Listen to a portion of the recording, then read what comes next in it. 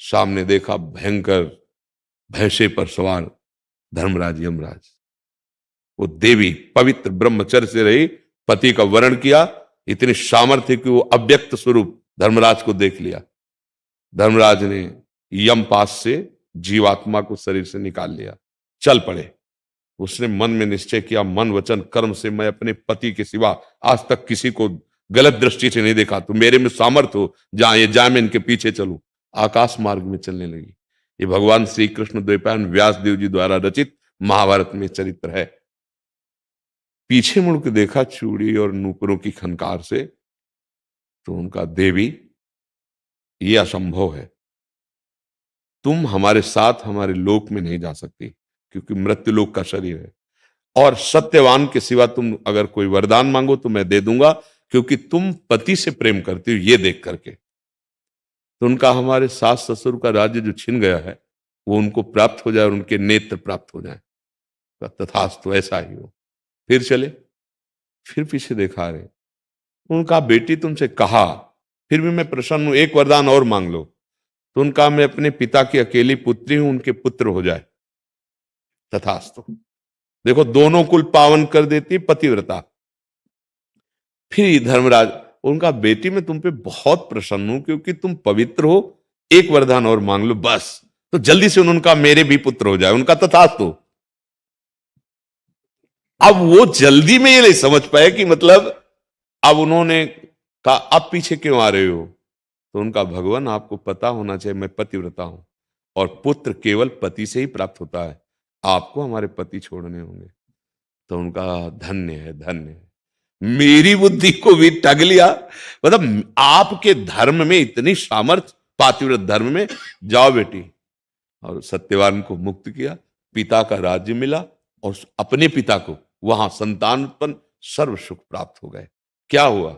धन काम आया क्या? धर्म काम आया। हम आज इसी भाव में बह रहे हैं। दोनों के हृदय में यदि सांसारिक अन्य सुखों का महत्व है तो प्यार पे कुल्हाड़ चल जाएगी, आप देख लीजिए। और अगर प्यार केवल महत्व रखता है तो धन और वस्तु अपने आप आ जाएगी, सब कुछ प्राप्त हो जाएगा। जैसे नदियां बिना किसी सूचना दिए समुद्र में अपने आप जा रही, ऐसे जो धर्मात्मा पुरुष होता है सब सुख संपत्ति आने लगती, थोड़े दिन कष्ट का, जैसे सत्यवान सावित्री का, अपने आप।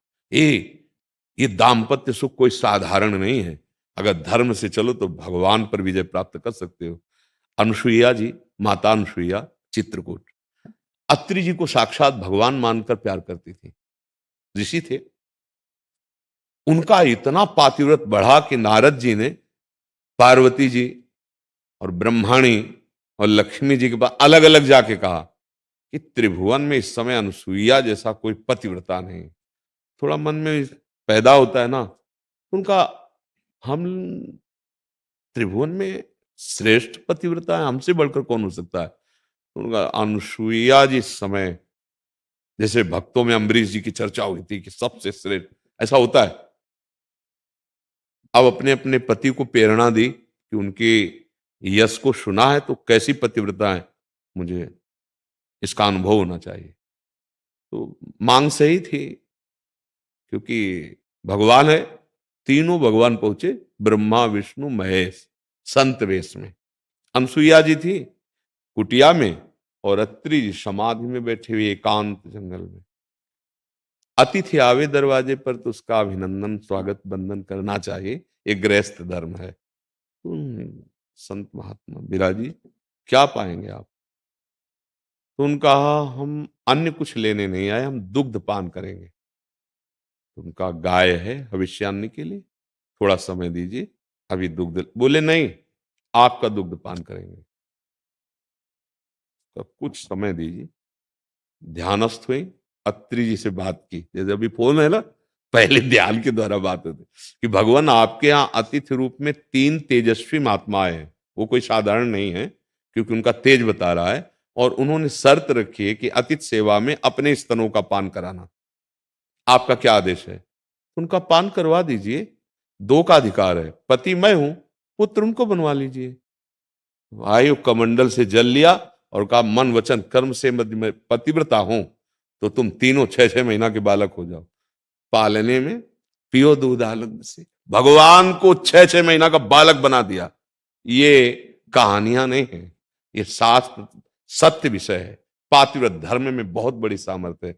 अगर पति एक पत्नी व्रत और पत्नी अपने पति को भगवान मानती है, वो गृहस्थी भगवान को प्राप्त कराने वाली बन जाएगी। पर आज का वातावरण आप देख लीजिए क्या है। वो अपने मार्ग में चल रही, वो अपने मार्ग में चल रहा है, एक दूसरे का मन ही नहीं मिल रहा, और फिर दोनों एक दूसरे के शरीर को नष्ट करने वाले बन रहे हैं। और हुआ क्या था, बोले लव मैरिज हुई थी, प्रेम विवाह हुआ। वाह यार, कैसा प्रेम! तो मुझे ऐसा नहीं लगता। संपत्ति जीने के लिए है, लेकिन दाम्पत्य जीवन भगवत प्राप्ति के लिए मिला है। जैसे पंछी दो पंखों से उड़ता है आकाश में, ऐसे पति पत्नी मिलकर एक गृहस्थ धर्म की पूर्ति होती है। और जिसमें ऐसे धर्मात्मा पुरुष होते हैं, उनकी संतानें चाहे पुत्री हो चाहे पुत्र, वो राष्ट्र भक्त, भगवत भक्त, महान कार्य करने वाले होते हैं। माना आप धन उतना नहीं कमा सकते, लेकिन धर्म से चल रहे हैं तो चैन से हैं, शांति से हैं। अगर नमक रोटी भी दोनों मिलके खाएंगे ना, एक अद्भुत आनंद रहेगा। मुझे नहीं लगता कि संपत्ति प्रधान दाम्पत्य जीवन होना चाहिए।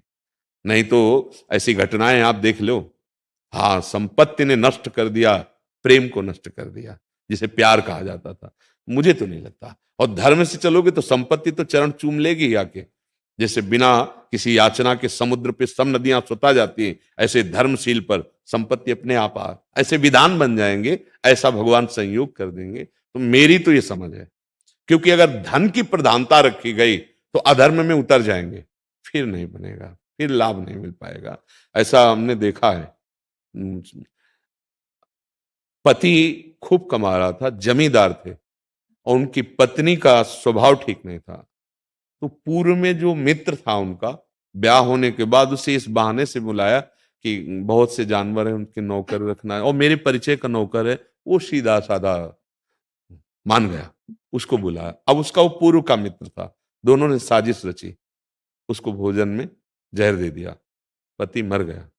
उनके पिता को पता चला, पिता ने संपत्ति दूसरे के नाम कर दी और उसके यहाँ रहने लगा। मतलब बहुत। अब वो स्त्री जेल में, वो नौकर।